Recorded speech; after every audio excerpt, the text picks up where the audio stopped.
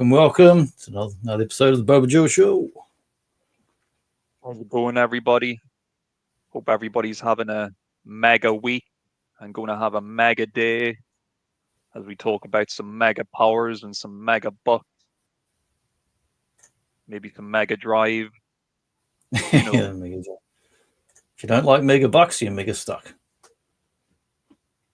Yeah, it's the inaugural Summerslam, the first ever SummerSlam event from the World Wrestling Federation all the way back in 1988. We're still in the year of 1988. We covered the first ever Royal Rumble last week. If anybody's interested, definitely check out that show. And we're sticking around in '88 and moving into the warmer weather and the sunnier days, and we're looking at the first ever SummerSlam from Madison Square Garden. It's Vince on the call, and he's accompanied by superstar Billy Graham. It's our first time covering an event with superstar Billy Graham on commentary. How do you feel about Mr. Graham on commentary? I like him, and it's an unusual combination hearing Monsoon and Superstar. At times when I was rewatching today, I kind of went, "Is that Dusty Rhodes?" I went, "No, it's just Superstar Billy Graham," because he has a similar style of talk and kind of slang and the way he goes on. That's right. I said Vince. I meant to say Gorilla Monsoon, of course. Yes, his partner tonight on the action. Yeah, Superstar. He's not bad. He's not bad on the commentary desk. You know, some people will complain about his style, but I like him. I like the way he seems to try and focus on the logic of why you do particular wrestling moves. Like if a wrestling move is focusing on a particular body part, he seems to understand how to explain that and get it across to the audience. He's also obviously a student of Gordon Soley, because he constantly says, "No question about it, no question about it," any chance he gets. Yeah, he's good. He's good on the call here at the first ever SummerSlam, and you know, the WWF, they're really filling out the pay-per-view calendar here now. You know, we've been looking at WrestleMania, of course, but Rumble has been added. We've got Survivor Series, and now SummerSlam is going to be a permanent fixture going forward. So they're really kind of getting into the pay-per-view waters. They're going deep into those pay-per-view waters. They're, you know, this show's all about the mega bucks, but Vince is really into his big bucks, and he's getting the big bucks for these shows. The real mega bucks. The real mega bucks. Speaking of which, I think they got something like 400,000 buys for this SummerSlam, which was a very big number to pull, especially for a brand new event. You know, an untested brand, if you will. So they were raking in the money that year. WrestleMania 4 had been a big hit as well. So money. It was all flowing in 1988. Yeah, they had their big roster and expansion and the business and just everything, all these extra pay-per-views, and then I guess not until we get to maybe around year 2000, then things kind of exploded again, where it went from the seasonal 4 or 5 to just every other damn month with some like Backlash or Back This or Backdraft or Backstreet Boys or whatever other thing. That every month was something. Yes, we're at this point in time, we're still thankfully in the era where a big event actually felt like a big event and not just I prefer that at the end of every month overall than being like every month of the damn year. It means a lot more. It really does. And the longer build up is better. Yeah, longer build up, and the event itself not being like an 8-hour slog. It's nice that these shows are about 3 hours or so. Nice normal length of time. This one, SummerSlam, was like 2:30, 2:40. I was like, yes, it's actually under 3 hours. And the versions we probably would have watched, either like the Netflix version, or if you still have the old network version available to you through torrents or whatnot, our versions would be slightly trimmed down because there is some footage that they don't like to show anymore, and that's like the footage of Vince McMahon promoting a Sugar Ray Leonard boxing match.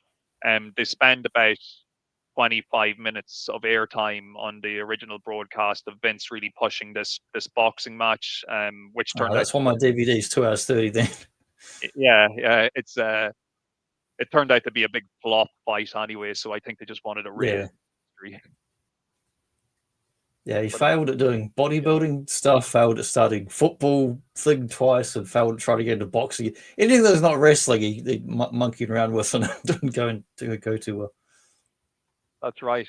The merchandise. He succeeded at merchandise. Yes. Better than anyone else. Well, yeah, Vince, he's a born hustler. And stealing everybody's name and rights and likeness, unless they stopped him, like Sergeant Slaughter or Jesse Ventura. Speaking of Jesse Ventura, because he's in the main event tonight as a referee, that's the reason why he's the only man who can do it. Yeah, he's the only man who can referee this mega match, and that is the reason why superstar Billy Graham is filling in on commentary. I buy into that story because Jesse Ventura is full of attitude and he likes, he's usually the heel commentator, but he's still, even when he hasn't been actively wrestling for years, he's still a big in shape guy, and it's believable. It's like having, like in the old classic Bret Hart Austin with Ken Shamrock as a referee. It's like, yes, I believe that you need a tough guy in there to police these other big tough guys. And regular referee is going to get murdered. Yeah, exactly. He's not going to be some referee who's just going to fall down because a light breeze blows in his direction and knocks him out of the ring. Somebody in the audience farted and the referee got knocked out. But we are still in that period of time where, you could have still potentially gotten a return to the ring by Jesse. He would have still been young and fit enough to do it if he had decided to do that and instead not focused on his Hollywood career. Yeah, certainly fit enough. The funny thing is you see, like, out-of-shape manager Bobby Heenan gets in the ring more often than Ventura does over the years. And Bobby's going to be great later on in this show. I'm looking forward to talking about his antics. And he jumps on commentary for one of the matches where he's the manager. So you get a third commentator, but it's just for that match. Yes, yeah. It's quite the different format that we're used to. We sometimes get our Gorilla and Bobby. We sometimes get our Gorilla and Jesse. Now we've got our Gorilla and superstar Billy Graham. And there's less fluff. There's less like celebrity stuff like Mania. There's less promos and stuff. There's more just like all killer, less filler, like more actual matches. Yeah. And they do some short highlights of storylines like Jake and whoever and Rick Rude and that. But that it's like succinct and to the point. Does not like watching the average Raw now, where it's like, here's the episode you watched last week, and we're replaying a 5-minute segment that if you're watching 2 in a row, you've just watched it. I don't need this 30 seconds, man, not 5-minute recap. Exactly. Yeah, it's a really nicely paced show. Everything just kind of flows, and even the matches that aren't that important, they don't hang around long enough for them to just like annoy you or make you bored. Like by the time like even, and one of the matches that's one of the most memorable matches on the show only goes about like 2 minutes, which we will get to in due time as well. Yeah, it's a really nicely paced show, and some significant historical happenings apart from the event itself. We previously talked about way back on episode 34, Mega Powers exploded in Mania 5, so we're going back before that when the Mega Powers had their big long run up of storyline and then build up to the shelf with the Mega Bucks being Andre and DiBiase, and the previous years, what was it, the vacating of the belt and all that sort of business. That's right. I pinched one of the various DVD covers so we can have a nice look at what matches are on there. Excellent. And I love that cover with Liz holding back the 2 Mega Powers. And she looks great on this show. As I'm sure we'll get to. But yeah, pretty stacked card. pretty stacked card.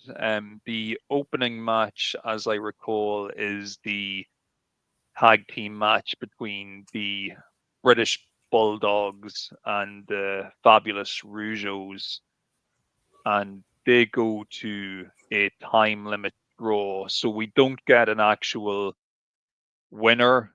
Shock horror, a non-finish on one of these WWF pay-per-view matches, but it is a very enjoyable, well-paced tag team match between two tag teams who definitely, they can go the distance. They're very athletic.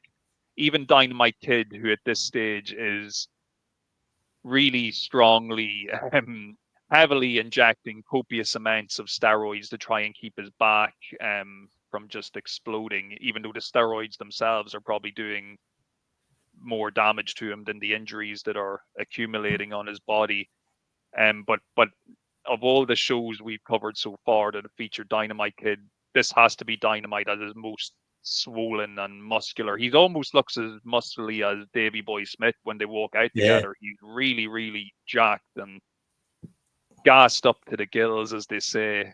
And it's an interesting point in time for the Dynamite Kid as well, because he is very close to coming to the end of his WWF run. And funnily enough, one of the people in this match is going to be the cause of his downfall in the WWF, and that would be one of the Rougeau brothers, Jacques Rougeau. Dynamite Kid at this point, he is an absolute terror backstage. He's beating up anybody who looks at him funny. He's attacking people backstage. He's even been stabbing Jake the Snake Damien with steroid needles. He's been beating up the Honky Tonk Man. He's been on a real just reign of terror backstage, being like a kind of a locker room bully. A lot of it's probably fueled by his rampant steroid and painkiller abuse. But around this time, he takes a particular disliking to Jacques Rougeau, and he basically just starts picking on him backstage until it gets to the point where Rougeau one day has a fist essentially loaded with quarters, and he belts Dynamite Kid across the jaw backstage, and it breaks Dynamite Kid's jaw really badly. It knocks a lot of his teeth out, and he pummels Dynamite Kid pretty much with this loaded fist. And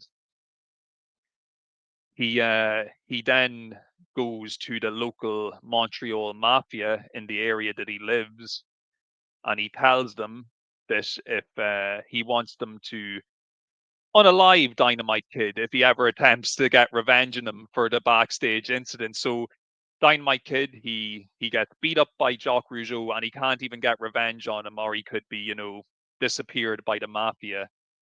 And Vince McMahon gets word of this, and he basically calls him into the office and says, "Don't you lay a finger on him, Dynamite. If anything happens to him, something bad is going to happen to you."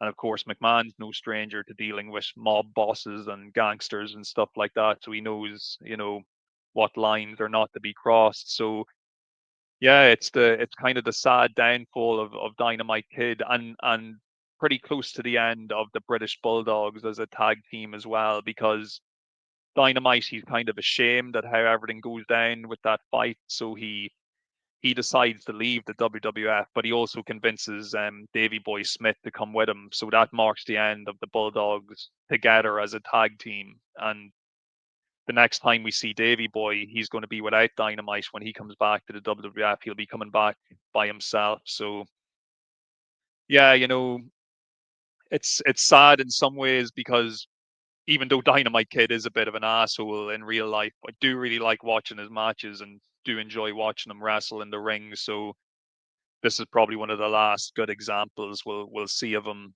kind of going out there and doing his thing against the Fabulous Rougeaus in this time limit draw. What did you think of this opening match? It's a good opener. I always like seeing the Bulldogs, or particularly I've seen probably more of British Bulldogs. I've probably seen more of his solo stuff from the 90s and that, and And then, like, later on, he turns up and bloody going just later nights he was in those blue jeans and all that. Yeah, that late 90s look is pretty tough to watch when you see he's Yeah. clearly under the influence of something when he walks out to the ring for those matches in the late 90s. He just does not look like he's all there all the time. Yeah, And I like think it's a shame because he's very talented, and like Bret Hart's pretty candid in his book too about all the behind the scenes shenanigans with those guys and things like pretty much sabotaging their own careers and that, and not doing the right things, looking after themselves. And yeah, there was something about that Stampede crew. Like Bret seems to be the exception, but a lot of the yeah, other guys were very, very heavy on the extracurricular activities when it came mm, to outside of the ring, and maybe not always making the best decisions for their bodies and their health going forward. And like with Bulldog, unfortunately, like he'd end up dying in 2002, very young, still in his 40s, so these things will catch up with you eventually. yeah, You know, they may not get you today, but they might get you tomorrow. yeah. But It's a shame too because you got the kind of self-sabotaging habits where they could have, well, they did have a good career, but they could have been better as far as not, turn into a train wreck towards the end. But even post wrestling, let's say you get on 40 going on 50 and you definitely don't want to be in the ring no more. They couldn't have predicted this era now. We've got bloody podcasts and reality TV and documentaries. There's so much craving for wrestling media that people have got other careers just in other media, just sitting around talking and that sort of shit. and as we've mentioned before on previous episodes, and we covered this era, lots of people did steroids, and it was still a kind of generally accepted thing that athletes indulge in. Yeah. The whole big scandal involving steroids hadn't hit the WWF yet, so like it's not like Dynamite and Bulldog are the only guys walking around with really over muscular bodies. There's plenty of people on this roster, including a very hand orange guy who's going to be wrestling in the main event tonight, who's I who's feel like happily. sometimes wrestling gets a bad rap. Whenever the topic of steroids come up, even before the whole steroid trial business, McMahon, like that's a whole other thing. Even before that, just the 80s in general, just all American sports are full of fucking drugs everywhere.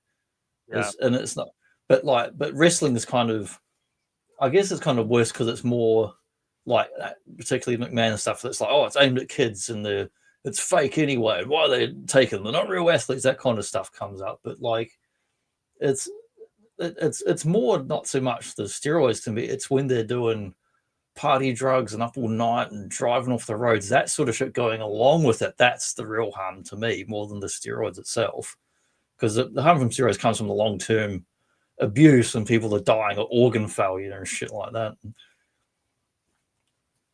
of course, we have to remember that these people are also in a profession that involves you landing on the back of your head, your neck, your Yeah, back, constant abuse, physical abuse, taking bump after Macho bump Man. after bump. I was reading the Macho Man book again this week. I'm nearly finished. Like, there's a new book that came out last year, and it talked about on the set of the first Spider-Man Sam Raimi film. Remember, he's Bonesaw McGraw.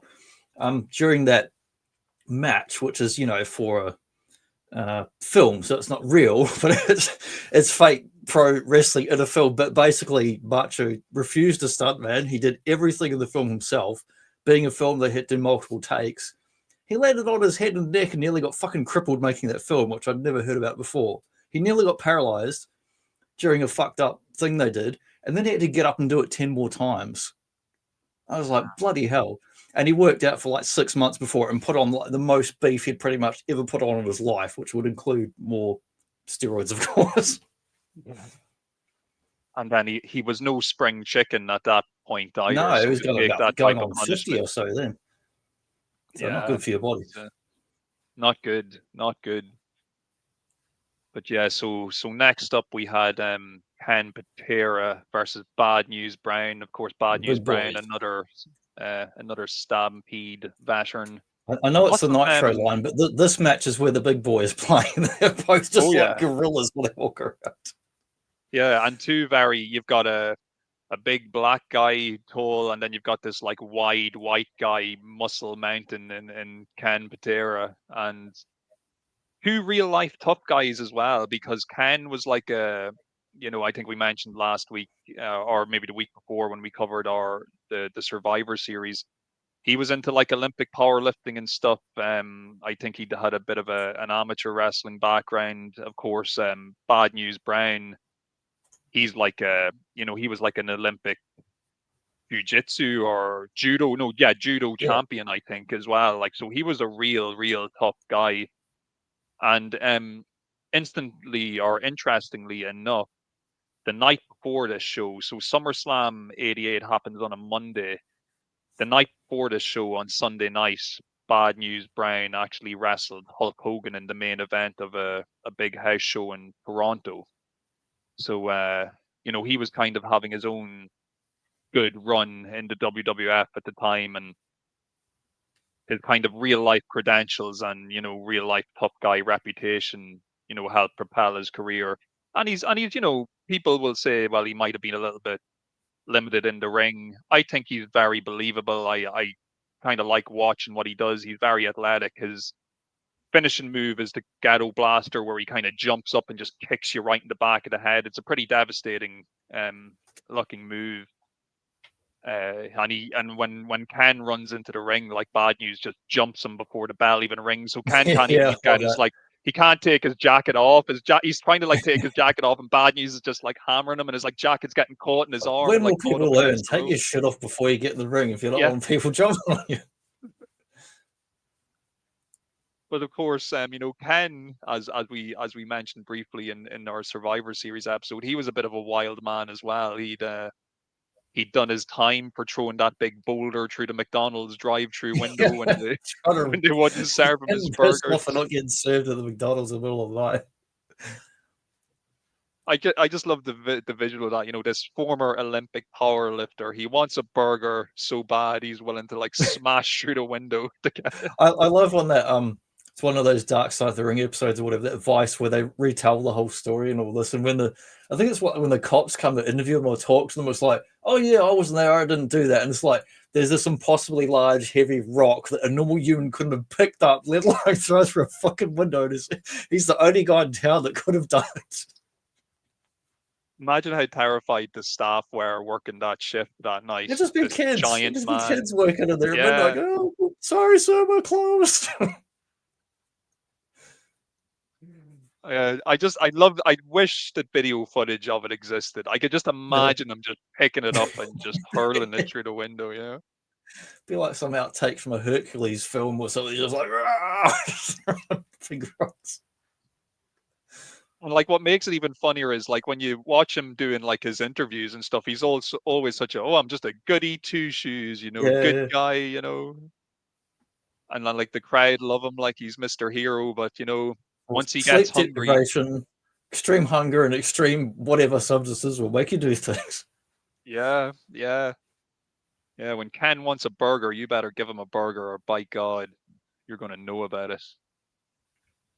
But yeah, after shortish type of match, decent action, Bad News, he hits him in the head with that Ghetto Blaster finisher and gets the 1, 2, 3 and beats old Ken. Ken wouldn't be too much longer around the scene either. He he was decent, but he just never really connected, I think, with the fans on the level that they would have wanted him to. It's almost like, I mean, they didn't really, other than Hogan's obviously like your baby and all that, but I mean, different era, you've got like Kurt Angle and other people that have been Olympic or pro athletes, and they kind of did something good with them. Whereas in this era, where someone's like an actual athlete, other than football, because everyone's been in bloody football, they didn't really know much what to do with them, like how to actually market them or how to make them appealing. Yeah, and what probably would have worked for Ken would have been a heel turn on a manager, because one thing he definitely he couldn't talk. He just couldn't talk. That was one thing that was kind of clear. not to say that he was like a total charisma vacuum, but he just wasn't really exciting enough to get you kind of Look at fired Brock up. Lesnar. Where would he be without a manager? Exactly. Well, speaking of someone who doesn't need a manager but has one anyway, our next match Ravishing Rick. is got Ravishing Rick going up against JYD, the Junkyard Dog. But Ravishing Rick, Rick Rude looks like a little skinny man like me compared to Junkyard Dog. He's so he just wide. looks like, holy crap, Junkyard Dog's like twice two human beings duct taped together. Yeah, he's like, the bonnet of a car coming towards you. He's just that wide, And he's in those classic white pants. Like, that's my favorite look for him. Yeah, he's got the white pants, got the grab them cakes music, and we get two lots of chains in this because we get Junkyard Dog, and later on in the event we see Hercules, so we get to see two guys coming out with big chains. Yeah, chain gang in action here tonight at SummerSlam. But yeah, thankfully we got to see Bobby come out for the first time tonight, and he's going to be joining us on commentary to watch after his man Rick Rude. And this match, obviously JYD, big star, the crowd love him. Rick Rude, big heel, the crowd hate him. But this match, it's not really about Rick Rude versus Junkyard Dog so much as it is more of a story match. It's a story match to continue on the feud between Rick Rude and Jake the Snake Roberts, and Jake the Snake Roberts' wife, Cheryl Roberts. Because we do get an extremely funny moment in this match where when Rick Rude, he goes up the top rope, he's about to jump off, but before he does, he pulls down his tights to reveal that he's got an airbrush. Yeah, pulls down his own tights to reveal another pair of tights that has the face of Jake the Snake Roberts' wife. I didn't know who it was. I had to look it up. Crotch. Yeah, Cheryl Roberts. Like, here's a blurry lady. I had to look up who it was to see what the storyline was. That was Jake's actual wife, because he's got the outer pants as a picture of JYD, which is on his ass and right on his crotch, and looks quite rude. Yeah, I have to say, I know we've mentioned it before, but it bears mentioning again. I will always appreciate Rick Rude's original attire for each of his big matches where he'd have specialized. I love the commentary too. It's like, why would you want to print your opponent out there and antagonize him even further? JYD's dangerous. Yeah. And of course, JYD, he's doing his usual stick with his crawling headbutts and the like. It is always a little bit sad seeing JYD at this point of his career, because he's wrestling on the biggest stage he's ever been on. But if he'd only gotten there maybe 3 or 4 years earlier when he was still in just a bit better health, he probably would have benefited. It's like with Andre. It's like a similar thing. You're seeing a big star, but towards the end of their healthier years. And like for a guy that people say, well, JYD is certainly no technician, but he's like, he's more showman, entertainer than wrestler, but he does a good job, puts on a good match. For another guy who can't wrestle, Hulk Hogan, I'd rather watch JYD any day. Yeah, and he's just got that natural charisma that makes you want to pay attention to what he's doing. You don't need him to be doing like nice looking arm drags and suplexes. You just kind of want to see him go out there and win. But unfortunately, he won't be getting a clean win anyway, because after all that shenanigans with Rick Rude revealing his pants, an enraged Jake the Snake Roberts runs in and attacks Rick Rude from behind. And if I'm not mistaken, I believe that is the DQ finish. Yes, it is a DQ finish. So yeah, no clean finish for either man on this night. But like we were saying, the match itself is more about prolonging the feud between Jake and Rick Rude. And the reason that this whole situation with Jake's wife is even happening in the first place in real life, because Jake was starting to get a little bit rambunctious backstage, and people were starting to notice that he was also fond of the old after the shows and a bit of before the shows. Management thought it would be a good idea to actually put his wife on the road with him. keep an eye on him. So that's the reason why she's actually on TV.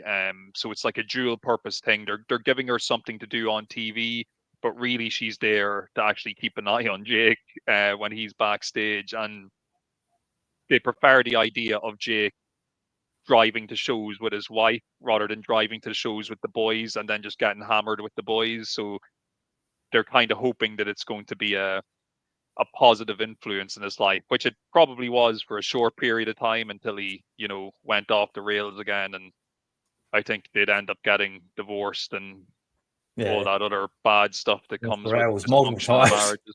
Yeah. I know they put out that DVD. What was it? The Ultimate Destruction of the Warrior, but it should have been the Ultimate Destruction of Jake the Snake. Yeah. Jake was in good, graces with them at the time. That's the only reason he got more of the redemption style DVD rather than the self-destruction DVD. But yeah, he but at least he's still alive. He's like a Keith Richards somehow. He's just like had an amazing amount of terrible stuff in his body and he's still alive.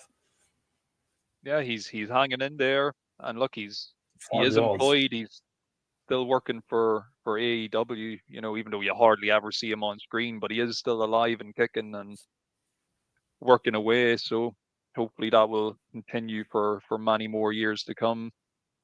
He was looking great back here, though. Still had that classic look, the classic ring attire. And we are going to see him again later on tonight. We'll get to that later. Not the mythical Hercules, just the regular Hercules. Yeah. Not from ancient Greece this time, just regular old Atlanta. Pushing any pillars.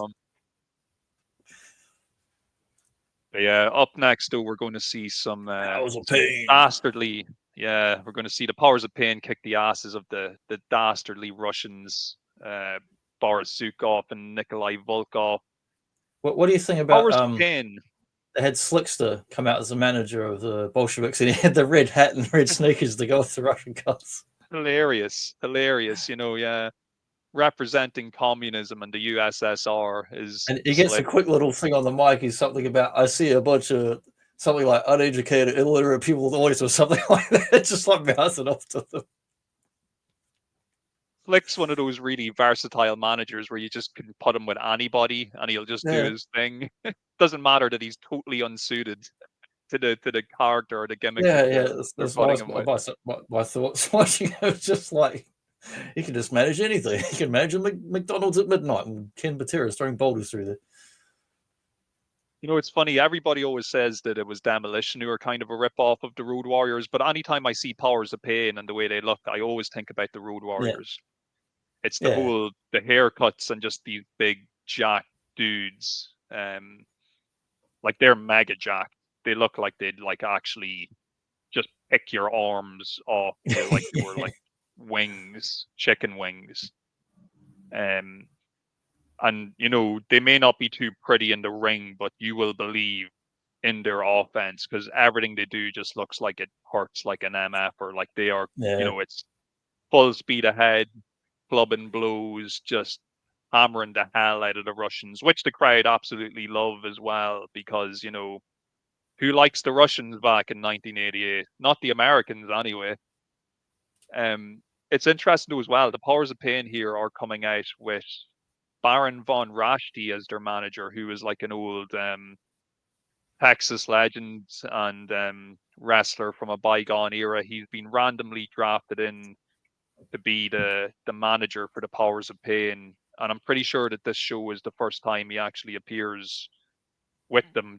When they come out to the ring, Howard Finkel actually says, being accompanied by their new manager, Baron von Raschke, so it's a weird pairing. It doesn't last that long. I think the Baron probably wasn't in the best of health. I think this is more of like a kind of probably a favor to him for being like a veteran in the business and wanting to give him a job for a little while, because Powers of Pain, they probably are a team that would need a manager, but they need a manager who's more of a talker, whereas Baron von Raschke just does a lot of kind of posing and kind of physical actions as opposed to getting on the mic and cutting promos. So visually he looks okay when he comes out with them, but maybe just not the best fit in terms of like promoting them and pushing them. But yeah, the Russians, they try to cheat. They're kind of unsuccessful. The powers of pain just run through them more or less, and smash the shit out of them. Not a very long match, 6 Yeah, minutes 5 or under, minutes. I would say. Yeah, Yeah, yeah. So 5:30. I'm looking at the actual or type. Suppose the time. I just look at Wikipedia. It's got like times down the side, so I assume they're accurate. They may not be. yeah, decent little tag. Probably, I would say, maybe the least memorable match on the show. Yeah, Nothing to do with it being a bad match or anything, but just because it's a pretty crammed card, and it's going to happen where when you got a big show like this, you're just going to have a couple of matches that won't be as impressive or as important, as the headliners. but what But about this next one? What about this next this one? next Ultimate one, Warrior versus the Honky Chunk Man. yeah, and it was originally supposed to be Brutus the Barber Beefcake versus the Honky Tonk Man, but What happened to him? poor Brutus, he was attacked on an episode of WWF Superstars before this. He was attacked by Outlaw Ron Bass, who bloodied him so badly that when they showed the footage on this show, they actually put a big red X across the screen with the words "censored" written across I it, love when they just so do you that know. because it makes it look like something actually happened. In real life, nothing really happened, and the audience is just watching it like nothing much is Yeah, really happening. and it's funny because of how they've done it. The odd time you'll see Brutus's head anyway, and you see, oh, it's not that bad a cut. It's Yeah, okay. He, he'll be fine. But of course, that was the storyline explanation to write him off this show.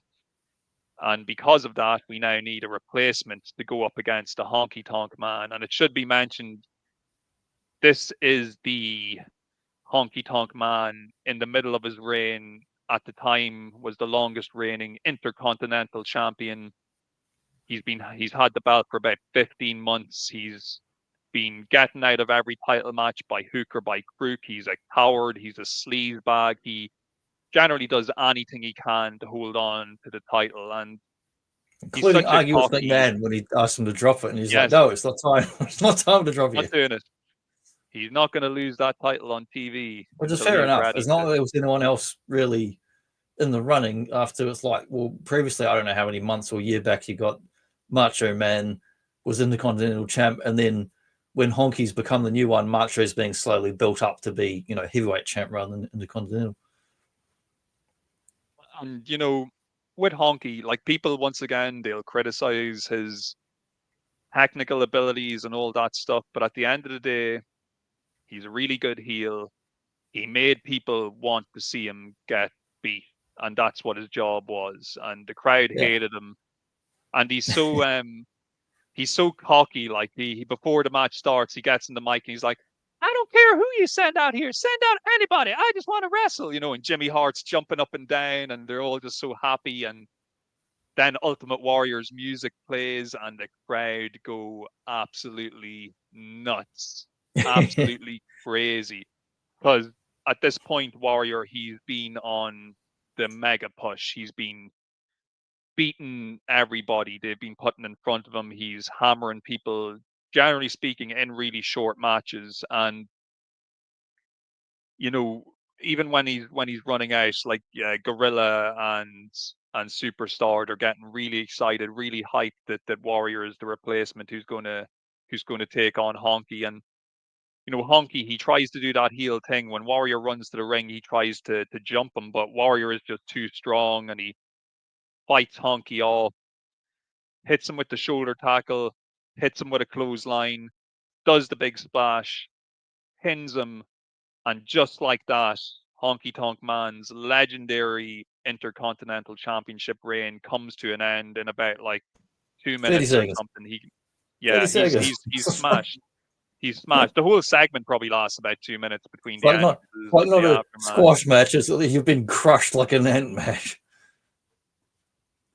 And it's a great way to end that title reign because it's such like the audience are so happy. Like there is like you can see everybody in that arena stand up when the finish happens. Like they're elated that somebody has finally beaten, the Honky Tonk Man for that belt. Like it's like they've been waiting so long for that to happen, and then for Warrior to be the guy to do it, that's the icing on the cake, and it's a great win for him because he's going to keep having that rocket strapped to his back, and this is the match that eventually is going to put him on the path to being a top guy who will eventually win the World Heavyweight Championship. A championship that he'll hold, while he'll win that championship while still being Intercontinental Champion. We've talked about that already when we did our WrestleMania 6 review. So this is like a major in the event. arcade game that there was first ever WWF game. He Honky Tonk gets to be in there, and this pretty much based around this year in these events. Look, you got Hogan, Savage, Warrior, Bossman, Duggan, Honky Tonk, and the bosses you fight at the end of this game are the Megabucks. Yeah, it's definitely based on this time, that game, going by that lineup and going by that structure. The Hacksaw there, kind of forgot about that. Yeah, because there's he has a promo where he comes out talking some smack to Brother Love. Brother Love, I love you. I love the fast forward button when Brother Love comes up. Brother Love looks like me if I fall asleep out in the sun after having a few beers. Beetroot ketchup tomato man. But of course, yeah, Brother Love, Bruce Pritchard, doing his Brother Love guys.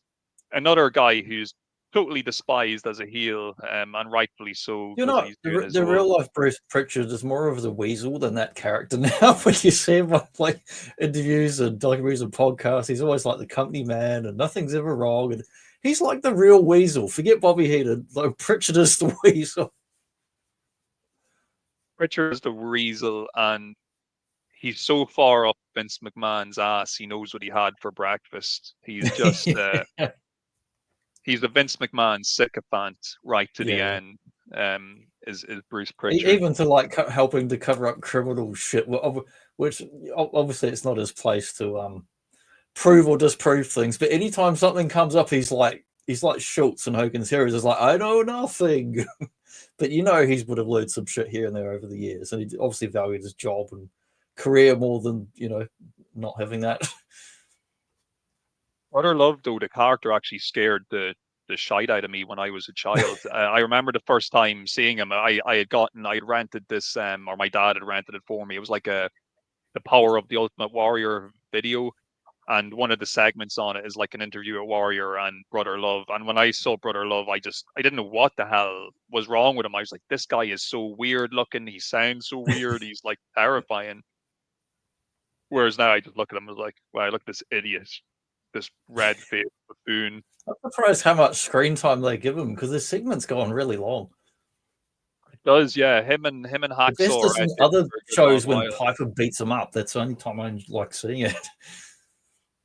I wonder if this segment was thrown out there to make up for the fact that they'd originally advertised the Brutus Beefcake and Honky Tonk Man match, and then when they replaced Brutus with Warrior, because that match was so short, maybe they needed to fill time with a segment. Because obviously, if Brutus had wrestled instead of Honky, it would have been, or instead of Warrior, it would have been a longer match. Yeah, just because that's just the style of Brutus. I guess the other reason Warrior's match is all that energy he comes sprinting out when he gets to the ring, all his muscles explode, and he can't do anything more after that. He's got to go back to rehab, physio rehab. He's huffing and puffing. Yeah, he's huffing and puffing after that entrance. And poor Honky, he didn't even, just like old Ken earlier on, Honky didn't even get a chance to take his ring gear off before he got beat and squashed. But but anyway, in this segment with Brother Love, Hacksaw comes out, talks a bit of trash back and forth, and eventually threatens that he's going to stick his 2x4 up Brother Love's backside, which prompts Brother Love to get the heck out of there and put an end to an overly long segment that nobody was probably really interested in seeing. So, all right, kids, time to get popcorn. Brother Love's here. But up next, of course, we got the original The Rock, Don Morocco, and he is going up against Dino Bravo. So many Stampede / French Canadian guys wrestling on this show. The card is just filled with them. But yeah, we've got the French Canadian strongman Dino Bravo and Don Morocco, and this is two big dudes literally just beating the shite out of each other, and it's really good match. It's one of those matches where on paper you might think like, it's going to be a bit slow. Both these guys kind of look so muscly, they don't look like they're going to be really doing too much, but there's loads of nice suplexes, loads of nice slams, loads of good stiff forearm shots, and probably a very good example of two people that are really well matched physically, like just two thick dudes ready to go at it. And of course, as I mentioned earlier, or maybe I didn't mention it earlier, but when Jacques Rougeau put out that Mafia hit essentially on Dynamite Kid, it was actually Dino Bravo apparently who had went to Vince McMahon and warned him that it was going to happen, because Dino Bravo has actual mob connections, that would eventually lead to his own untimely death in his house when he fell afoul of his mob comrades and they assassinated him. And that's probably a story for another time, but he's alive here and he's going up against Don Morocco. And yeah, the two of them just have a nice kind of back and forth, big man meet, man meet, slapping man meet match. Chunky monkeys going against each other. It's funny because they're both so big, but they're quite athletic, and then but yet they're not the Hogan headliners, but they're much more capable. And of course, Dino is accompanied by Frenchie Martin, who gets hit off the apron, I believe, at one point by old Don Morocco. He's having enough of his shenanigans, jumping up and interfering in the match, so he takes him out.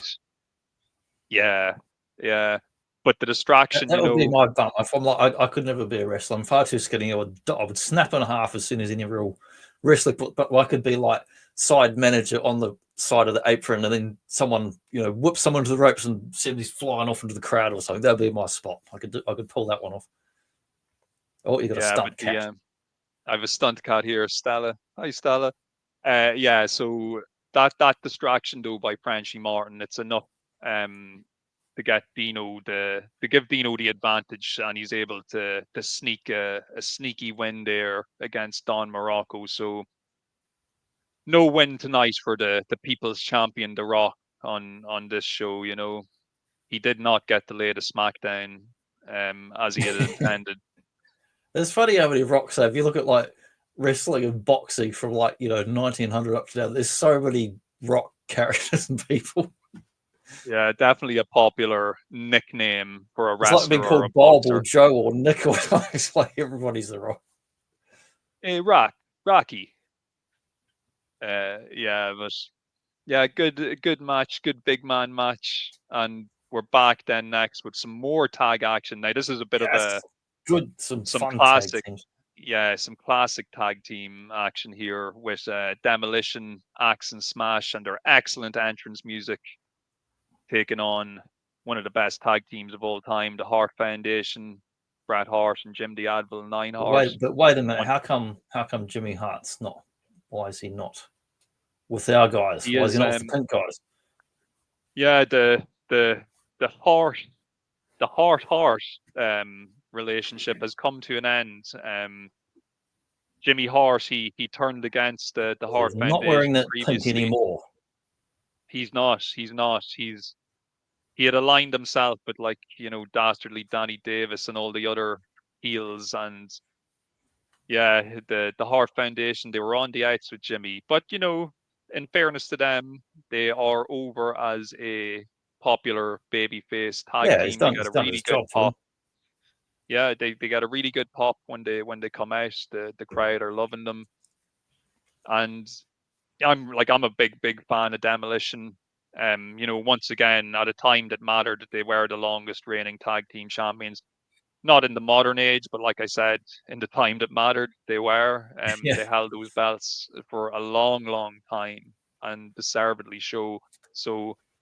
And I mentioned this before about Demolition. They're always branded as the Road Warriors ripoff. I don't really see them as a Road Warriors ripoff. I really Well, don't they see wear that. Kiss Kabuki style makeup, Yes, and yeah. like Um, the outfits they come out with at the start, like that's more directly Mad Max 2 and Lord Humongous, like all the yeah. spikes and fetishy shit. But when they take that off, it's like, well, they're like Kiss and Japanese Kabuki Yeah. style. And plus their in-ring style is different to the Road Warriors as Yeah, oh well. yeah, Like they're they're not very like different. Whereas when it's Powers of Pain, like yeah, they do feel like generically like they're being like Road Warriors, but I don't know how much of that is them and how much is that WWF trying to fit a gimmick with them coming over from the territories, isn't it?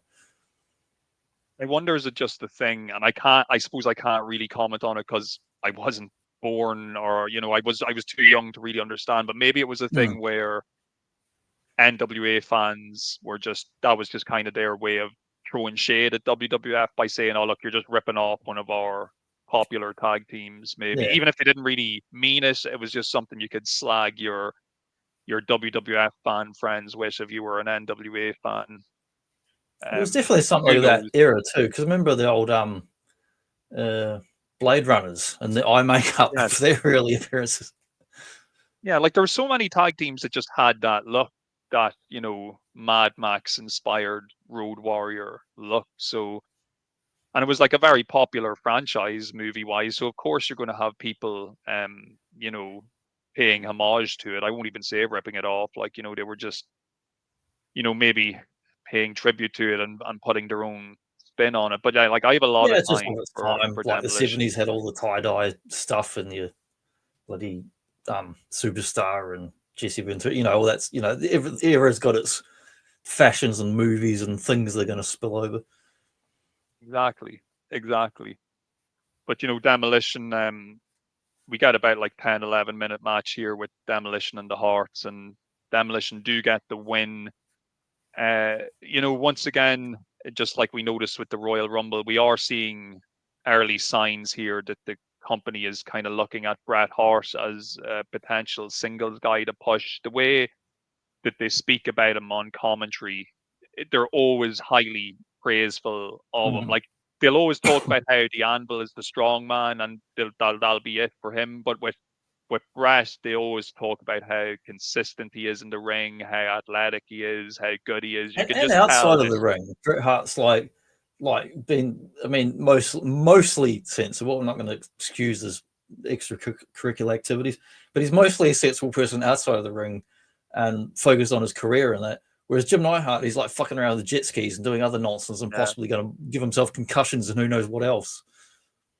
yeah. And Jim Neidhart's going to be bouncing in and out of the company over the next decade. Essentially, and it's going to be a case of rinse and repeat. He'll be kind Similar of to given like chance after Bulldog and that, like chance. self-induced shenanigans. Yes, yeah. And once again, it's these Calgary/Stampede Canadian guys. They're all up and down this card, and lots of them just have these type of troubles. Apart from Bret, who, Yeah, as you I don't know mentioned, how he is much of it is mostly like being sensible. that wild party man sort of thing, and then addiction, and also maybe a lack of discipline, whereas Bret Hart's always had that discipline. And as Brad has kind of often said, I think he even says it in his book, it's like some people's vices were drugs, other was booze. His vice was women. I think that was his Yeah, main thing. Was he was just like addicted to women. So when they were going from town to town, and the rest of the lads were going out to the bars, he was looking to go to the hotel and hook up with some good-looking young one in the area. So he'd have which his. isn't going to, diseases aside, isn't going to destroy your ability to wrestle. Yes, yeah, he was getting some nice clean sex and a good sleep, and he was right as rain for the show the next day. Kept them going. But yeah, tonight was not the night for the Hart Foundation to regain the belts. Demolition, they get the win, and they continue on with their reign, and it is a good match. Definitely one of the highlights on the show. good tag team match. And we got another kind of shortest match coming up next with Big Boss Man going up against Coco Beware. This is when Boss Man is pretty fresh in the company, so he's still in the throes of that new shiny toy punch. So they're keeping him looking strong here. So he's still newish and he's doing all right, and he looks okay, he looks in shape to me. But someone in the audience said like Bossman, something like Bossman needs a date with the gym or something like that in the audience. Yeah, they're drawing attention to his paunchy gut sticking out through his shirt. He is a Huskaroo. He's a Huskaroo that can move though. Like he can really he can move. And he looks, but the gimmick of the security guard or prison guard or whatever, he believably is that husky sort of looking dude who would look like don't expect him to be like Rick Rude or something. And you know, Coco, he's the right choice to try and get someone over. He's smaller, he's athletic, he's not kind of high enough up the totem pole that you'd really care if he loses either. So it's a nice little showcase match for Boss Man to kind of demonstrate his power and athleticism, and you know, put a quick end to Coco before he can really mount any offense. So decent little match, nothing really to write home about, but a good showing for Boss Man, who's going to be getting a decent run in the upper mid card / main events for the next little while as we go forward. But next up, you know, we're continuing on from the angle we dealt with earlier between Jake and Rick Rude, because now we're going to have Jake going up against the mythical Hercules from ancient Greece. No, that other Hercules. Sorry. Hercules Hernandez. Going to be shaking the pillars. But yeah, the chains are back in style again for this match. We see Herc coming out. Man, I know I often say it when we see him. I love Hercules. I just don't know what it is about him. I just think he's a cool looking dude. He cuts a pretty fiery, gruff promo that I like. I do like the look of him coming out with the chains and just being all kind of gassed up and angry. The biggest, buffest dude on the card for just like size and mass, and fairly cut as well. He's like quite unique. Oh yeah, and supposedly the type of guy you wouldn't want to mess with if you got on the wrong side of him. You know, in the real world, he was a genuine tough guy who could handle himself. And him and Jake, you know, they put together a tidy little match here. You know, in the time that they've got given, they've good chemistry, and I think it always works when you've got a slightly lankier, skinnier guy, smaller guy going up against a big buff dude, because you can do the big man, little man match. And you've got Jake kind of trying to constantly use his speed and his psychology to avoid getting grabbed by Herc, because you know if Herc gets his hands on him, it could be curtains. And they do just a really nice kind of back and forth with each other before Jake eventually nails him with probably one of the most over finishers at the time, the DDT, the one move that all school age children are able to do with very little practice. I both delivered and fell victim to many a DDT in my school days. You know, someone just grabs you in that front face lock and they just fall backwards. You know, great move to do if you don't want to, if you're not strong enough to lift anybody or do stuff like that. But the beauty of it is that it's the psychology of it. Like, of course, it's going to look devastating if someone's head is being driven down into the mat like that. We kind of take it for granted these days because, you know, from the mid-90s onwards, it became like a transitional move that everybody did. But back then, you know, when someone hit a DDT, it was like being hit with a pile driver. It was like a big deal move to be hit with. It was a match ender, like, to be sure. And the crowd were trained to understand that it could, you know, potentially put you down for the 3 count. Whereas nowadays, they can. You could see, some matches did. Some matches did knock people out. But these days, you know, you might see 3 or 4 DDTs into one match. You know what I mean? Like it's just become a kind of a it became like a an regular everyday move. transitional, regular move. Could probably mention again that Jake the Snake is just great entrance music too. He always just comes out to that great synth theme. Fun fact: it's my wife's favorite wrestling theme is Jake the Snake's Roberts Nice. entrance music that he's coming out at this time. But yeah, unfortunately for Hark, this wasn't as nice as is usually the case. For Hark, he does tend to lose a lot on these pay-per-views, whether it be in singles or later on in tag action when he's teaming with Paul Roma. He doesn't always have the best of luck. But we're rolling on to the main event, what it's all about, what we came here to see. Mega Powers versus Mega Bucks. Oh yeah, I have that exact same Andre figure myself. I need to get a Ted DiBiase to go with him. Yeah, that's a basic one you can get fairly cheap. And we've some additional characters here. So first of all, accompanying Oh, the there's a Mega lot. Bucks. There's 7 people. Count them. Yes, we've got Bobby the Brain's going to be coming out with the Mega Bucks, and so is Virgil. And of course, we're going to have the lovely Miss Elizabeth coming out with Hogan and Savage. But of course, we are also getting the mega referee, the special referee, the only Ventura. man capable of refereeing a match of this magnitude. The only The man. one, the He's fought the only, Running Man. He's fought the Predator. yes, Jesse the Body Ventura. And he's looking great in his kind of his tanned outfit, and he pops double I love the bicep, outfit he you know. wears.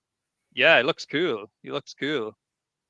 Superstar Billy Graham's really hating on him during the commentary because he does the superstar pose with the double bicep before the match begins, which Superstar doesn't like. It's like you should take your top off first. I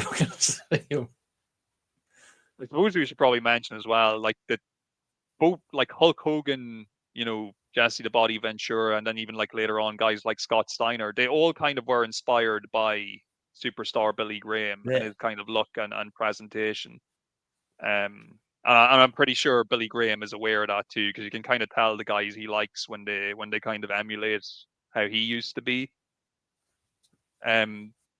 Bobby the Brain is brilliant during the opening moments of this match because he keeps on shaking Jesse's hand as if to say, like, good man, good man. And they'd done an angle on TV a couple of weeks before where Ted DiBiase had given him money. So we're led to believe that Jesse is possibly in the pocket of the Mega Bucks. Yeah, on my DVD version, it showed the highlights leading up to the match, and you see during one of those Mean Gene type background set promo ones where DiBiase is coming up, and you can see him tucking the money into the pocket of Ventura. He tries to call it right down the middle at the start. He orders all the managers to get out of the ring. He wants Virgil out of there. He wants Bobby out of there, even though Bobby's shaking his hand.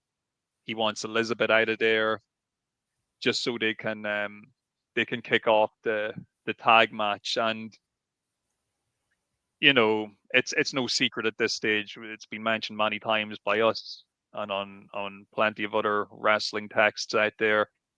Andre, he's not in good shape. His back is really, really hurting him.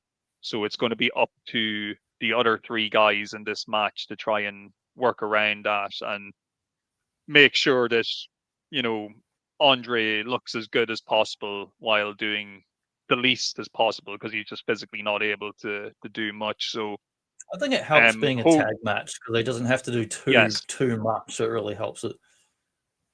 And of course, this is following on. This is all coming about from that angle that was started ages ago with Ted DiBiase trying to buy the championship after Andre beat Hogan for it with the whole twin referee fiasco and whole vacating the belt and Macho Man eventually winning the tournament to be the champion. So here we have, the Mega Powers standing as equals, going up against Ted DiBiase and Andre, and lots of good solid tag team stuff in this match. And you know, in fairness, I know I give Hogan a lot of guff, but he does a good job in this match, especially taking the heat from Andre and DiBiase before building up to that hot tag, you know, with Macho Man. And you know, fair play to all the boys because they do their best to help Andre out. And Andre still looks pretty devastating in there when he does get his hands on people. Like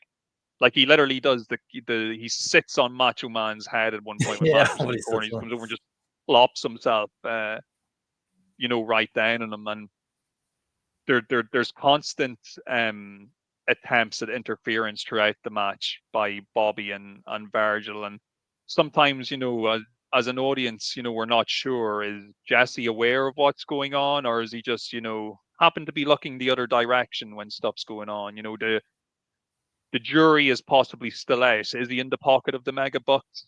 Is he working for the evil guys? Quite possibly, as we'll get to in a second when we talk about the ending. But there's a great moment where, and it's kind of I suppose the feature moment of the match, and a kind of a shocking moment from the time, where you know, Elizabeth, in order to counter all the shenanigans from Bobby and Virgil, and this is Miss pops up Elizabeth. She's a proper lady, Miss mind. Elizabeth, who's a proper lady, who we're usually just seen coming out in her ball gowns and her dresses, but she gets up in that ring apron and Doing a Queen's wave or Princess Di kind of wave. She rips off her skirt, just rips it right off, and throws it in the ring, and it shocks everybody because we can see Liz in her nice red underwear there standing on the ring apron, and it's such a massive moment. It distracts everybody. Even Ted DiBiase just standing in the ring holding her yellow skirt in his hands, like, oh my god, what is this? It's so shocking. You know, Jesse's shocked. Everybody is just, you know, yeah, jaws dropping, jaws hitting the floor at the sight of the lovely Liz and her lovely long legs and her beautiful arse on display here for the world to see. And this leads to a great double team where Hogan holds Ted DiBiase in place while Macho Man does his diving elbow. And then as soon as Macho Man hits the diving elbow, Hogan hits the ropes and drops the leg in him to get the 1, 2, 3, which I thought was a really nice way to finish off the match with a pretty unique double team, you know, from the Mega Powers, and get this great moment at the end where it's really subtle, but you know, you always see it. So when the baby faces are celebrating in the ring, Liz gets in and she's all happy, and Hogan kind of grabs her and he's hugging her very close and, you know, celebrating with her. And you can see that Macho Man is looking at him from the corner of his eye. They're already planting those seeds. Hogan. Stay away from my woman. Yeah. And Hogan seems to realize what's going on, and he goes over quickly and starts shaking Macho Man's hand. But you can see, even as Macho Man is shaking his hand, he's kind of looking at him like, you better keep your hands off my woman, mister. So we get that brief moment of tension, you know, just before the full celebrations kick in, where we got the two boys doing the double bicep while Liz is in the middle, and you know, the crowd are just going wild. They're super excited at how the match finished, and they're just reveling in the glory of the Mega Powers as the show is coming to an end. And you know, I'm a sucker before they explode. And look, I'm a sucker for I love the real American Hulk Hogan music. So I do always enjoy, like, kind of like watching the end of the matches and seeing the dudes do poses and just kind of soak in all the crowd adulation. But yeah, it was quite the main event. What did you think of all these happenings in the main event? I really enjoyed it, and it's funny because it kind of comes full circle for me. I only got to watch this for the first time probably last year. I got that SummerSlam box set that has, from the very first one, it's got like the first 10 or up to at least 2002 or so anyway on the DVD set. All of those. So I watched them all through in the last 6 months and enjoyed the heck out of them. And it's been awesome for me. So I didn't get to see wrestling as a kid at all. Like, it was on very late night, like 10 o'clock, and I'd be in bed at like 8 o'clock. There'd be like highlights. Some of the naughty kids in primary school would come in and be like, oh, I saw this on the wrestler. They're the ones that had no boundaries, whose parents never gave them bedtime, and they're running around doing shoplifting and other bullshit. the little delinquents, and getting into fights and all that. So I didn't get to see it. On the playground, I see people with trading cards. I remember seeing trading cards like bloody Honky Chunk Man and Red Rooster and Macho. And so I was aware of these characters existed the way where that Spider-Man and Superman exist, even if you don't read the comics, you just kind of hear about them. But the first for me seeing a lot of these guys was in those video games back then. I used to play those all the time at the chip shops. So we had 2 in a row from Technos at the Double Dragon, and it's basically a lot of the roster that you see on these year's events. So it's kind of cool to finally get and actually watch the events that, like, you know, all this other merchandise and stuff is based on, like cards and games and figures and LJNs and all that stuff. I really enjoyed it. That is cool, especially since you were playing that game so much as a youngster. Yeah, that was my strongest, earliest memories of wrestling, is those games, because I played them like all the time. They had them at the local shop, so I'd go after school and play them all the time. Oh, it is a great like inaugural event, and I can see why they decided to keep it as like a regular occurrence on their pay-per-view calendar. It is a bit weird that it's on a Monday, just as a day to have a pay-per-view.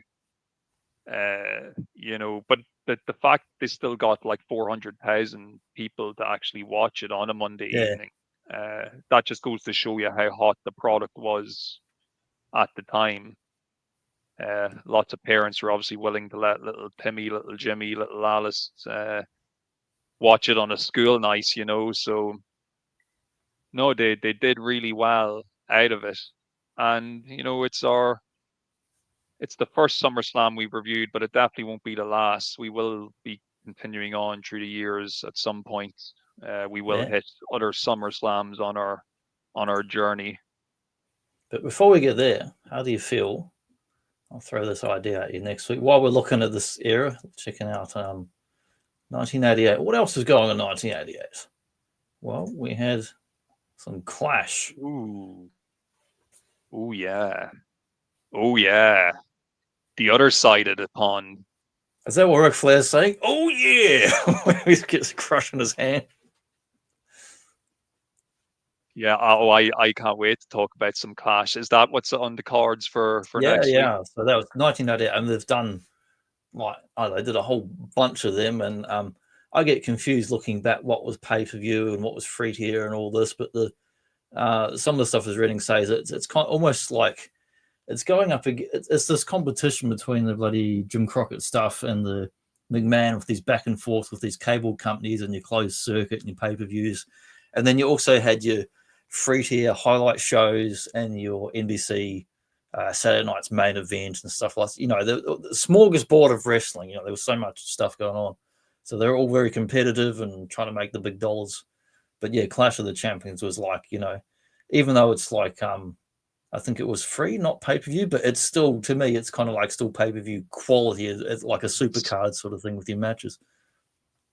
Well, I'm really excited to talk about this one. And yeah, we're going to get a classic match between two icons, and yeah, it's going to be quite the happening. And I always like your best chop in hand. You best get your best chop in hand ready for next week. Get me woos ready. Woo wings. Woo wings. Yeah. Ric Flair's woo wings. If anyone doesn't know what that is, it's a real thing, but the way he says the ad is like hilarious. He's like, woo ings. That's the way he says it. No, it's going to be good. We're going to see what life is like on the other side. I always love venturing down south to the good old WCW, to the Crockett territories, and seeing what they've got cooking, seeing how they're trying to counter this expansion by Vince McMahon and the evil World Wrestling Federation. When they were still doing good business, when they weren't wasting money on private jets and other nonsense. Yeah, they're still competitive. There's still a chance that, you know, the war could turn in their favor. Yeah. Like the wrestling's still, to me, great in both camps, but like one company is a genuine company, being McMahon, that has like people that work in things called payrolls and executives, and the other companies just like fly by night, no accountability. We're just hemorrhaging money left and right. Yeah, the other company is like Gladys working in a warehouse, just signing checks. It's like you got Stanley from The Office, just like managing your company. He's just like out to lunch, not even paying attention to it, any of it. Yeah, no, it's going to be fun, folks, and I'm pretty sure that clash is up on YouTube as well on the WCW channel. I think the full show is there. Yeah, the first one is. So They put it up a couple months ago on that channel. Yeah. so I definitely recommend it. And if anybody who was listening to our show today, for whatever reason, if you haven't seen SummerSlam '88, it is on Netflix. Or even if you just want to watch the main event of the show, the tag match is up on YouTube, and so is the Warrior versus Honky Tonk Man Yeah. Intercontinental Championship match. If anybody's looking to watch or rewatch those matches, they're there right now for free, which is the best And price. just to rest assured, no actual guitars were destroyed during the making of today's shows. We may destroy some when the cameras go off the air, but that's our business. It's our business, Yeah, and it's none of yours. That's about it for this week. We'll be back next time. Okay, folks. Take care.